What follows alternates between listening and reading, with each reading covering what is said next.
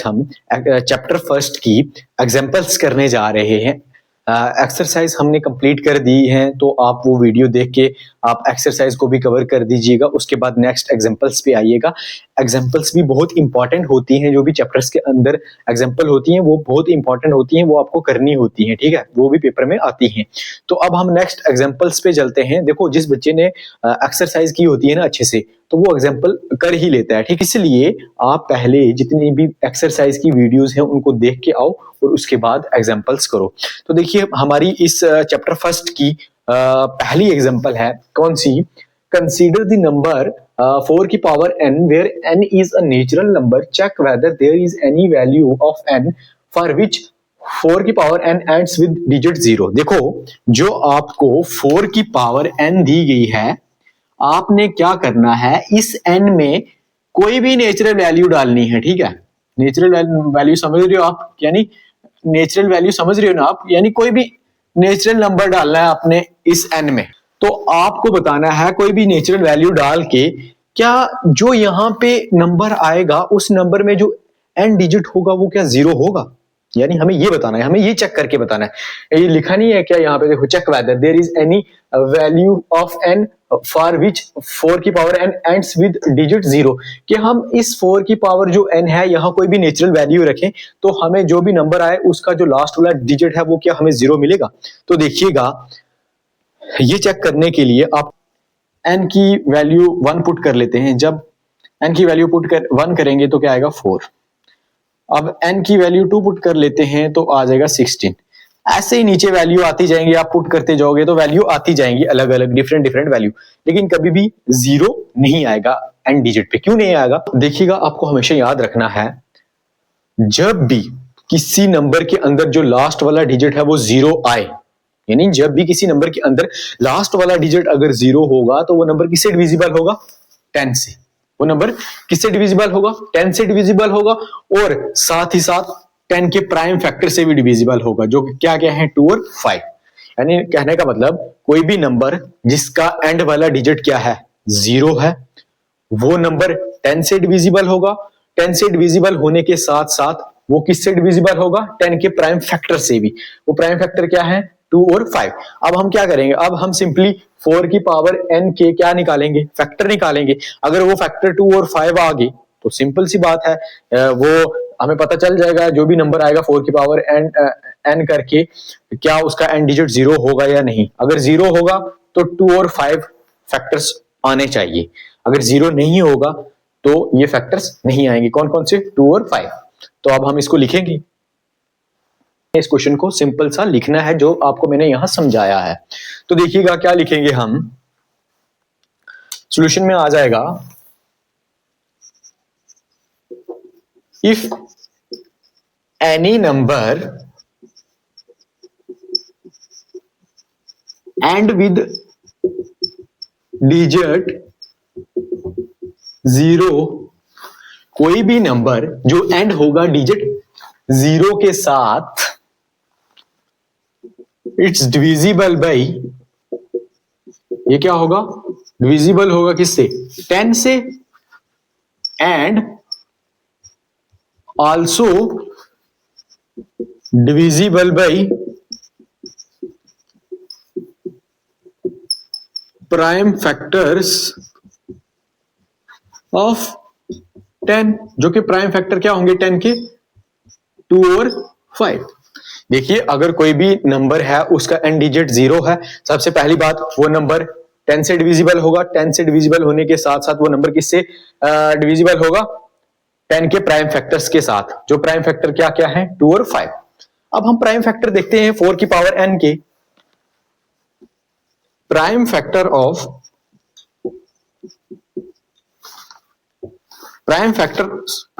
Of 4 की power n, तो इसके प्राइम फैक्टर क्या आ जाएंगे?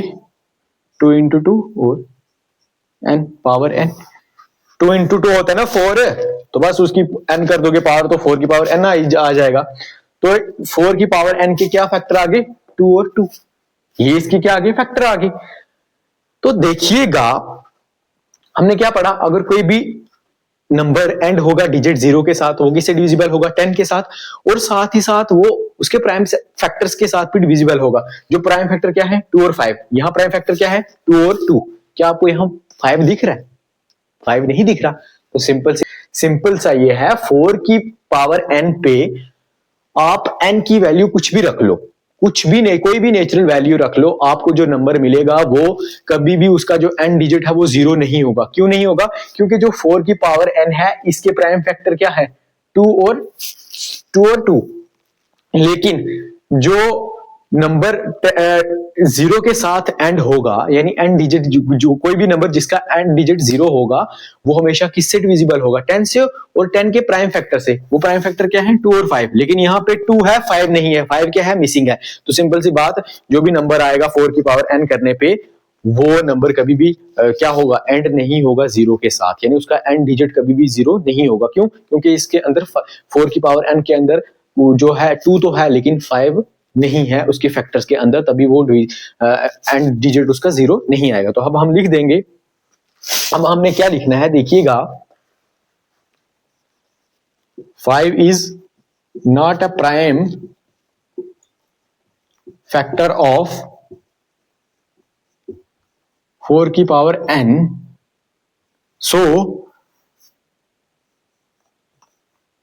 4 की power n never end with digit 0 for any natural value n। कहने का मतलब जो 5 है वो प्राइम फैक्टर नहीं है किसका 4 की पावर n का। तो जो 4 की पावर n करने पे n, जब हम 4 की पावर n पे कोई भी नेचुरल वैल्यू पुट करेंगे तो जो भी नंबर आएगा वो कभी भी जो है एंड नहीं होगा किसके साथ डिजिट 0 के साथ। क्यों नहीं होगा? क्योंकि इसके जो प्राइम फैक्टर हैं 4 की पावर n के जो प्राइम फैक्टर हैं वो सिर्फ 2 और 2 ही आ रहे हैं, 5 नहीं आ रहा है। ये तभी एंड डिजिट 0 तभी आता जब 4 की पावर n के फैक्टर क्या आते हैं 2 और 5, लेकिन इसके फैक्टर क्या आ रहे हैं 2 और 2। तो सिंपल सी बात है, ये 4 की पावर n पे कभी भी जो नंबर आएगा 4 की पावर n करने पे कभी जो भी नंबर आएगा वो कभी भी एंड नहीं होगा डिजिट 0 के साथ। क्यों नहीं होगा? आपने ऊपर पढ़ा कि जो भी नंबर एंड होता है किसके साथ डिजिट 0 के साथ, वो विजिबल होता है किसके साथ 10 के साथ, और 10 के प्राइम फैक्टर के साथ जो कि क्या है 2 और 5। लेकिन 4 की पावर n करने पे आपके फैक्टर क्या आ रहे हैं 2 और 2। क्या आपको 5 आ रहा है? 5 दिख रहा है? यहाँ नहीं दिख रहा। तो सिंपल सी बात है 5 मिसिंग है इस फैक्टर में। 4 की पावर n के पावर में जो भी इसके फैक्टर है वो मिसिंग है। तो सिंपल सी बात है, ये कभी भी 4 की पावर n करने पे कभी भी जो नंबर आएगा वो कभी भी एंड नहीं होगा डिजिट 0 के साथ। ये सिंपल सा इसका आंसर है, लिख लीजिएगा। सेकंड एग्जांपल है, हमें एलसीएम और एचसीएफ फाइंड करना है किसका 6 और 20 का प्राइम फैक्टराइजेशन मेथड का यूज करके। तो ये तो आपने एक्सरसाइज में भी किया हुआ है, तो ये तो बिल्कुल इजी है। तो करते हैं हम इसको, देखिएगा सॉल्यूशन। पहले हम 6 के प्राइम फैक्टर्स निकाल लेते हैं। तो देखिएगा सबसे छोटे प्राइम नंबर से इसको डिवाइड करने की कोशिश करेंगे। 2 से डिवाइड करेंगे तो आ जाएगा 3। अब 3 अपने आप से ही डिवाइड होगा, 3 को 3 से डिवाइड करेंगे तो आ जाएगा 1। अब 20 के प्राइम फैक्टर्स निकालते हैं।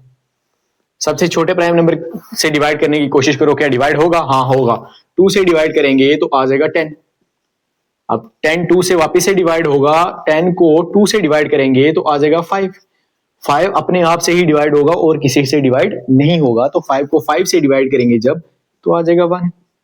अब देखिएगा 6 के फैक्टर क्या आए हैं? 6 के फैक्टर आए हैं 2 और 3। अब 20 के फैक्टर क्या आए हैं 2 2 और 5।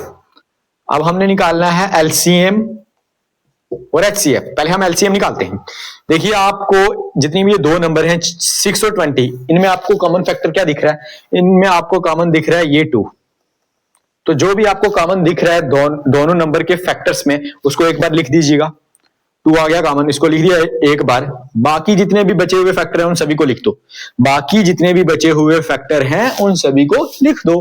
अब 3, ये 2 और 5। तो जब इनको मल्टीप्लाई करोगे, मल्टीप्लाई करने के बाद आपके पास क्या आ जाएगा 60। ठीक है। अब हम निकालते हैं HCF। HCF में आपने क्या करना है, HCF में आपने जो भी ये दो नंबर है इनके जो भी प्राइम फैक्टर्स आए हैं इनमें आपने कॉमन प्राइम फैक्टर देखनी है। क्या करना है, कॉमन प्राइम फैक्टर देखने हैं और कोई भी प्राइम फैक्टर नहीं देखना है। सिंपल सा क्या करना है, आपने यहां सिर्फ कॉमन प्राइम फैक्टर ही लिखना है और कोई भी फैक्टर नहीं लिखना है। एलसीएम में हम क्या करते हैं, कॉमन प्राइम फैक्टर को भी लिखते हैं और बाकी सारे जितने भी फैक्टर होते हैं उनको भी लिखते हैं। एचसीएफ में आपने सिर्फ जो भी कॉमन फैक्टर होगा दो नंबर के बीच वही लिखना है। तो देखिए यहाँ इन दोनों नंबर का जो कॉमन फैक्टर आ रहा है वो क्या आ रहा है, 2, तो 2 को लिख देंगे। तो इस इन दोनों नंबर का जो HCF हो वो क्या आ गया, 6 और 20 का HCF क्या आ गया, 2, और LCM क्या आ गया, 60। तो देखिए जो मैंने यहाँ लिखा ना, पहले 2 लिखा, फिर 3 लिखा, फिर 2 लिखा, तो आप इसको क्या, आप इसको सिमेट्री में भी लिख सकते हो, ठीक है। आप इसको ऐसे भी लिख सकते हो, 2 मल्टीप्लाई 3 मल्टीप्लाई 5, ऐसे। ये मतलब आप सिमेट्री में भी लिख सकते हो या फिर सिमेट्री के बिना भी मल्टीप्लाई कर रहे हो, 2 मल्टीप्लाई 3 करोगे या 2 मल्टीप्लाई 3 मल्टीप्लाई 2 करोगे, उसमें मल्टीप्लाई में कोई फर्क नहीं पड़ेगा। तो बोल दो सर कि हाँ आपने 2 लिखा, ये कॉमन, उसके बाद ये नीचे वाला भी तो 2 था, इसके बाद 2 लिख के फिर आप 3 लिखते, फिर 5 लिखते।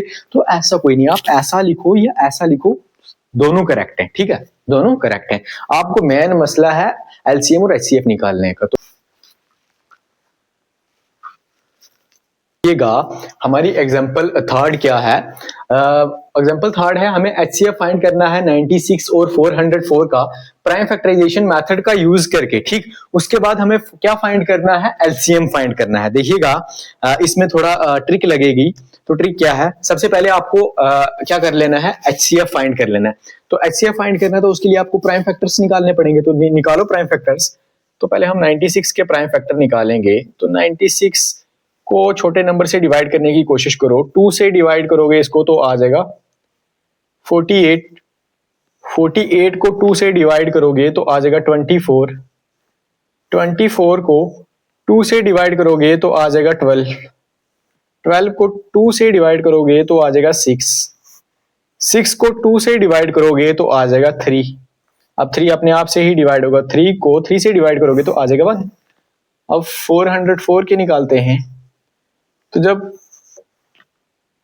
404 को 2 से डिवाइड करोगे तो क्या आ जाएगा, 202। अब 200 को 2 से डिवाइड करोगे तो क्या आ जाएगा, 101।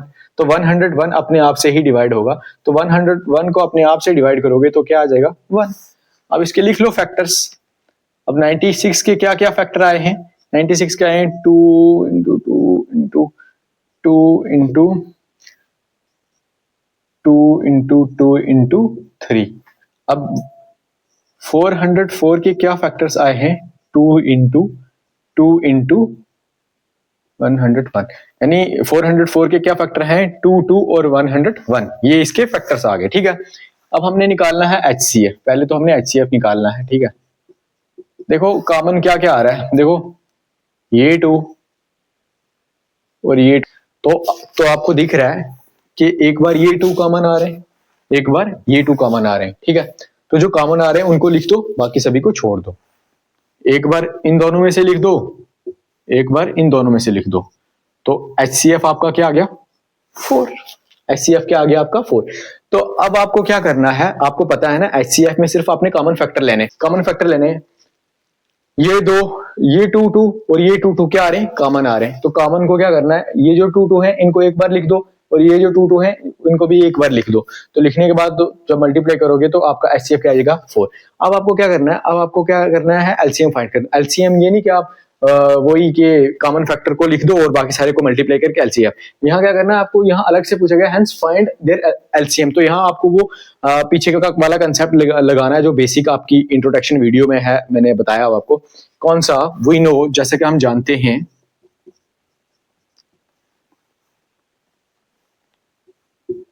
Product of LCM and HCF is equal to product of 2 numbers. तो आप ये पीछे बेसिक वीडियो में जो इंट्रोडक्शन वीडियो वहां पे मैंने पढ़ाया, आप वीडियो वो देखिए, आपको अच्छे से मैंने वहां समझाया तो आपको समझ आ जाएगी। कहने का मतलब जो प्रोडक्ट है 2 नंबर का जिनका हम LCM और HCF फाइंड कर रहे हैं, उनका प्रोडक्ट, उन 2 नंबर का प्रोडक्ट और LCM और HCF का प्रोडक्ट इक्वल होगा। सिंपल सी बात है। तो 2 नंबर का प्रोडक्ट होगा वो HCF और LCM के प्रोडक्ट के क्या होगा, इक्वल होगा। तो LCM है, LCM फाइंड करना है तो LCM को ऐसे रख दो, HCF क्या आया 4 लिख दो। अब कौन से दो नंबर हैं जिनका हम HCF और LCM फाइंड कर रहे हैं, 96 और 404। तो LCM को यहीं रख दो। अब ये 4 यहाँ मल्टीप्लाई में जब पार जाएगा तो डिवाइड हो जाएगा, 96 400 मल्टीप्लाई कर दो 404 के साथ। तो अब ये 4 क्या हो रहा है, मल्टीप्लाई, और यहाँ पार इज इक्वल टू के पार जाएगा तो डिवाइड हो जाएगा।